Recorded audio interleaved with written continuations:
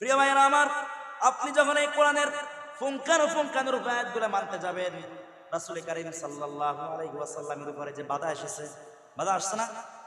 রাসূল কারীম সাল্লাল্লাহু আলাইহি ওয়াসাল্লাম যখন 40 বছরের নবুয়তের আগে উনি ছিলেন জনপ্রসিদ্ধ, সবার কাছে আলামিন নামে বিশ্বস্ত। আর সেই একই লোক যখন কোরআনে কারিমের তাওহীদের বাণীগুলো যখন ছড়াচ্ছিলেন, তখন এই লোক যেগুলো তাকে বিশ্বাসী বলে দাবি করেছিল, বিশ্বাসী বলে উপাধি দিয়েছিল, সে একই লোকগুলাই আল্লাহর নবীকে পাগল করেছে। বর্তমানে আপনি এই কোরআনের আসল ব্যাখ্যাটা যদি জাতির সামনে তুলে ধরতে পারেন, অবশ্যই আপনার বিরুদ্ধে বাধা আসবে। নবীজির বিরুদ্ধে কি বাধা আসে নাই? আজকে বর্তমানে যারা নবীজির মিলাদুন নবী নিয়ে যারা এরকম লাফালাফি করতেছে, নবীজির সিরাত তারা পড়তেছে না, যে নবীজির জীবনে কোরআনের রাজ কায়েম করতে গিয়ে, কোরআনের আয়াতগুলো প্রচার করতে গিয়ে তিনি কিভাবে বাধার সম্মুখীন হয়েছেন। আমি আপনাদের কাছে প্রশ্ন জিজ্ঞেস করতেছি, রাসূলকে উহুদের ময়দানে রক্ত ঝরান নাই? তায়েফের ময়দানে রক্ত ঝরান নাই? দান মোবারক শহীদ করেন নাই? মাথায় কি হেলমেট ঢুকে নাই? তো যারা পীর সাহেব বর্তমানে জশ্নে জুলুস পালন করতেছে, তাদের উদ্দেশ্যে বলতেছি যে একটা পাকিস্তান থেকে একটা লোককে ধরে এনে একটা বিশাল গাড়ি বহরে বসিয়ে হাজার হাজার মানুষ, লক্ষ লক্ষ মানুষ তার পিছনে স্লোগান দিচ্ছে এবং কি জশ্নে জুলুস পালন করতেছে, এই লোকগুলোর চেহারা থেকে একটু তাকাইন, কি নাদুস চেহারা। অথচ কিয়ামতের কঠিন ময়দানে যেখানে সাহাবীরা উঠবেন রক্ত ভেজা জামা নিয়ে, কি ভেজা জামা নিয়ে? রক্ত ভেজা জামা নিয়ে। কারো হাত নাই, কারো পা নাই, কারো চোখ নাই, কারো মাথা নাই। আল্লাহ রাব্বুল আলামিন কিয়ামতের মাঠে তাদেরকে ডাক দিবেন, হে ওমর, হে আবু বকর, হে উসমান, হে আলী, হে খাব্বাব, হে খুবাইব, হে আমির হামজা, হে আব্বাস, তোমাদেরকে তো আমি দুইটা হাত দিয়ে দুনিয়াতে পাঠিয়েছিলাম, দুইটা পা দিয়ে দুনিয়াতে পাঠিয়েছিলাম, তোমার আজকে একটা হাত কই? হে হামজা, তোমাকে তো দুনিয়াতে আমি সম্পূর্ণ শরীর নিয়ে দুনিয়াতে পাঠিয়েছিলাম, তোমার কলিজাটা কই? হানজালা এভাবে প্রত্যেকটা সাহাবীকে জিজ্ঞেস করবে, তোমাদেরকে না আমি দুনিয়াতে দুইটা হাত দিয়েছিলাম, হাত আরেকটা কোথায়? তোমাকে না দুনিয়াতে আমি দুইটা চক্ষু দিয়েছিলাম, চক্ষুটা কোথায়? সাহাবীরা উত্তর দিবেন, ইয়া আল্লাহ রাব্বুল আলামিন, আপনার বিধান জমিনে বাস্তবায়ন করতে গিয়ে, আপনার কোরআনের রাজ জমিনে বাস্তবায়ন করতে গিয়ে আজকে আমাদের একটা হাত নাই, একটা পা নাই, একটা চোখ নাই। আর ওই সময় এই যে পাকিস্তানের যে সমস্ত পীর সাহেবরা জশ্নে জুলুসে এসেছেন, এরকম নাদুস চেহারা নিয়ে তারা কিভাবে ওই সাহাবীদের সামনে দাঁড়াবেন? আবার বলে আমরা আশিক রাসূল। কিভাবে দাঁড়াবে তারা? যেখানে সাহাবীরা উঠবেন রক্ত ভেজা জামা নিয়ে, সেখানে আপনি একেবারে পাগড়ি বেঁধে দাঁড়ি সহকারে, কত সুন্দর চেহারা, গায়ের ভিতরে কোনো ক্ষত নাই, ইসলামী আন্দোলন করতে কোনো বাধা নাই, হাত কটার কোনো দাগ নাই, এরকম অবস্থা আপনি উঠবেন, আবার বলবেন আমি রাসূলের সঠিক উম্মত, আমি রাসূলের আশিক। বন্ডামি করো। এগুলো চলতেছে আজকে বাংলাদেশে মানুষ, অথচ তাদের পিছনে ঘুরতেছে। পাকিস্তান কোথায়? পাকিস্তান আর কোথায় বাংলাদেশ, আর কোথায় সৌদি আরব?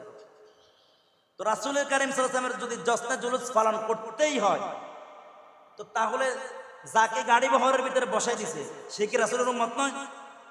আবার যারা তার পিছনে স্লোগান ধরতেছে তারাও তো রাসূলের উম্মত, অর্থাৎ তারা দুজনই এক।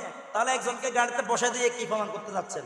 যে তিনি রাসূল কারীম সাল্লাল্লাহু আলাইহি ওয়াসাল্লামের ওয়ারিস, অথবা তারই তার লেভেলের কোনো লোক। কেন? রাসূল কারীম সাল্লাল্লাহু আলাইহি ওয়াসাল্লামের যদি জন্মদিবস পালন করতে হয়, জশ্নে জুলুস যদি পালন করতে হয়, আপনিও তাদের কাতারে নামুন, একসাথে জশ্নে জুলুস পালন করুন, মিছিল করুন। আজকে বন্ডামি চলছে বাংলাদেশে, অথচ মানুষ এখনো এগুলো সম্পর্কে বেখবর, এগুলো সম্পর্কে অসচেতন, মানুষ এখন জানে না। আমি একদিন এক বাড়িতে দাওয়াতে গিয়েছিলাম, ইয়ান আমি সালাম আলাইকুম বলি নাই, আমাকে এক লোক আসে প্রশ্ন করলো, একেবারে বাস্তব কথা, তো হুজুর ইয়ান আমি সালাম আলাইকুম বললেন না কেন? তা আমি বললাম এটা আপনি ফেলেন কোথায়?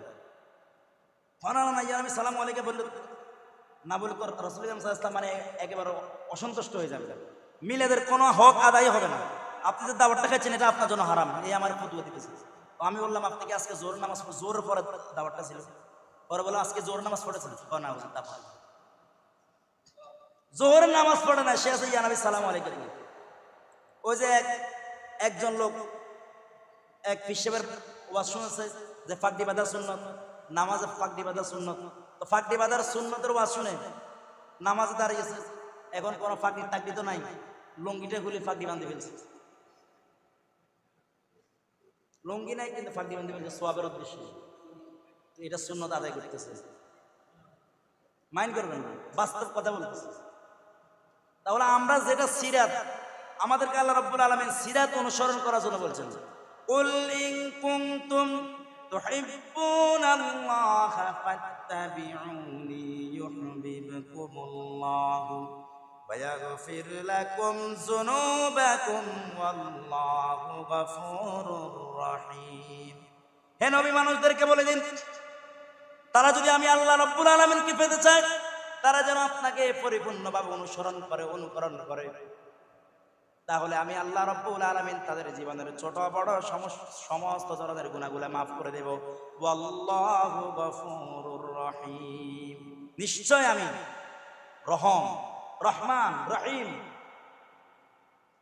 আল্লাহ রাব্বুল আলামিন রাসূলের মাধ্যমে এই কোরআনটাকে জমিনে প্রতিষ্ঠিত করার জন্য রাসূল কারীম সাল্লাল্লাহু আলাইহি ওয়াসাল্লামকে দুনিয়ার জমিনে আগমন করিয়েছেন। প্রত্যেকটা নবীর উদ্দেশ্য একটাই ছিল, হুয়াল্লাযী আরসালা রাসূলাহু বিল হুদা ওয়া দীনিল হাক্কি লিইয়ুযহিরাহু আলাদ দীনি কুল্লি ওয়ালাউ কারিহাল মুশরিকুন। প্রত্যেকটা নবীকে আল্লাহ রাব্বুল আলামিন একটা রিসালাতের দায়িত্ব নিয়ে পাঠিয়েছিলেন। প্রত্যেকটা নবীকে, একেবারে হযরত আদম আলাইহিস সালাম থেকে এ পর্যন্ত যত নবী এসেছে, প্রত্যেকটা নবীর একটাই দায়িত্ব ছিল, আমাদের সারা আমাদেরকে একটু আগে বলেছে, একটাই দায়িত্ব ছিল আল্লাহর জমিনে আল্লাহর কথাগুলোকে বাস্তবায়ন করা, ঠিক কি না? এইভাবে বাধা আসবে।